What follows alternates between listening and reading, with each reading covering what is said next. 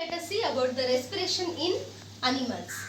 So usually in a unicellular organisms, the respiration process will carried out by the simple diffusion process in the cell membrane.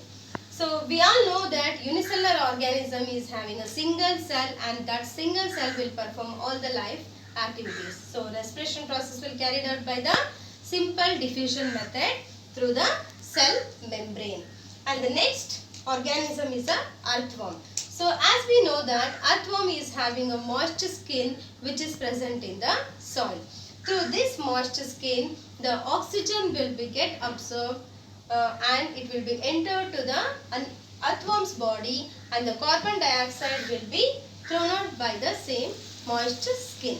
And the next is the small insects. In the small insects like grasshoppers, cockroach and mosquitoes and houseflies, they have a small tube-like structures which is called as a spiracles, which are connected to the long tube called trachea. So here the respiratory organs of the insects are the trachea. Through the trachea, this process will be carried out. And the next animals are the aquatic animals. So usually aquatic animals are living in the water, and they have a special organ that is called as a gills for the respiration process. So through the gills, the dissolved oxygen which is present in the water will absorb, and the carbon dioxide will be thrown out by the body by the gills. And next we have to see about the respiration process in human beings. So by the diffusion method, this respiration process is not possible in the human beings because it is a very complex process in the human. So because of that, the respiration process for this activity, the human being is having a respiratory organ system. So the respiratory system is having many organs in it. So we have to see about the organs which are present in the respiratory system. So one is nose, nostrils, nasal cavity, trachea, bronchus and alveoli, chest cavity and the diaphragm. So let's see about the mechanism of the respiratory system. So as we all know that the respiration process involves in the human beings in two ways, that is breathing and the oxidation of food in the cells. So breathing is nothing but the exchange of gases. So here the oxygen rich air is entered to inside the body, and carbon dioxide rich air is thrown out by the body through this breathing process. So once while this process, the two movements are taking place in the chest cavity, that is the ribs which are attached to the muscles in the chest cavity, and the they are uplift and they are upward movement of that particular rib cages are taking place, and the diaphragm will move downwards. So because of these movements, once the air will enters to the lungs, they will get large surface area and the lungs will get expand and air will fully filled with the fill to the lungs. And once the exhalation process will carried out, or the exhalation, during the exhalation process, these ribs which are attached to the muscles will get relaxed, and the diaphragm also will get relaxed, and they will get a small surface area, and whatever the air is present in the lungs will be removed out by the chest cavity, and they will reach us to the nasal passage and to the nostrils. They will be removed out.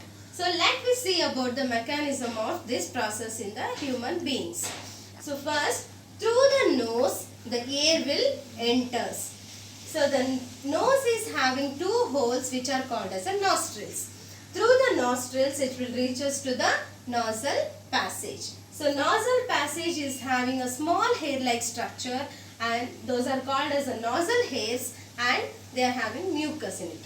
So this nasal hairs and the mucus will trap the dust particles which are present in the air, and they will filters the air.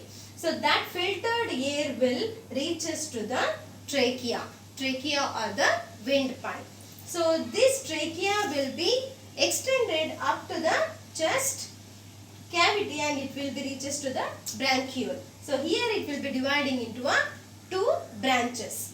So that two branches are present in the lungs. They are attached to the lungs in the chest cavity. So after this there will be a downside, a diaphragm is present, and diaphragm will separate the chest cavity from the abdominal cavity of the human beings.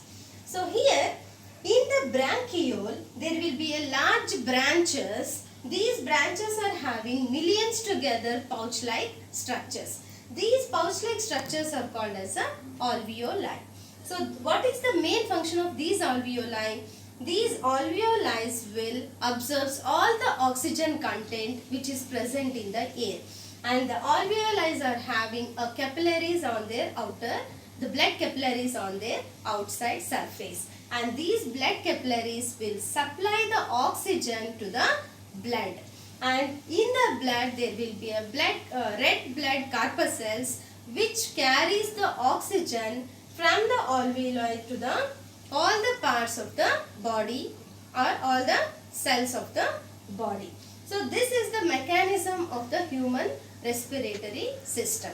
So here the expansion and contraction of the rib muscles and the diaphragm will play a very important role in creating large surface area for the exchange of gases, and the alveoli will absorb all the oxygen which is present in the air, and they will supply that air oxygen to the blood through the blood capillaries. Okay, so this is about the respiratory system. And in the lungs, the unwanted gas, that is carbon dioxide, will be removed by the same process, like from the bronchioles it will reaches to the trachea, from the trachea it will reaches to the nasal passage, and from the nasal passage it will remove through the nostrils. Okay, so this is about the respiration process in the human beings. Next class we will see about the new topic.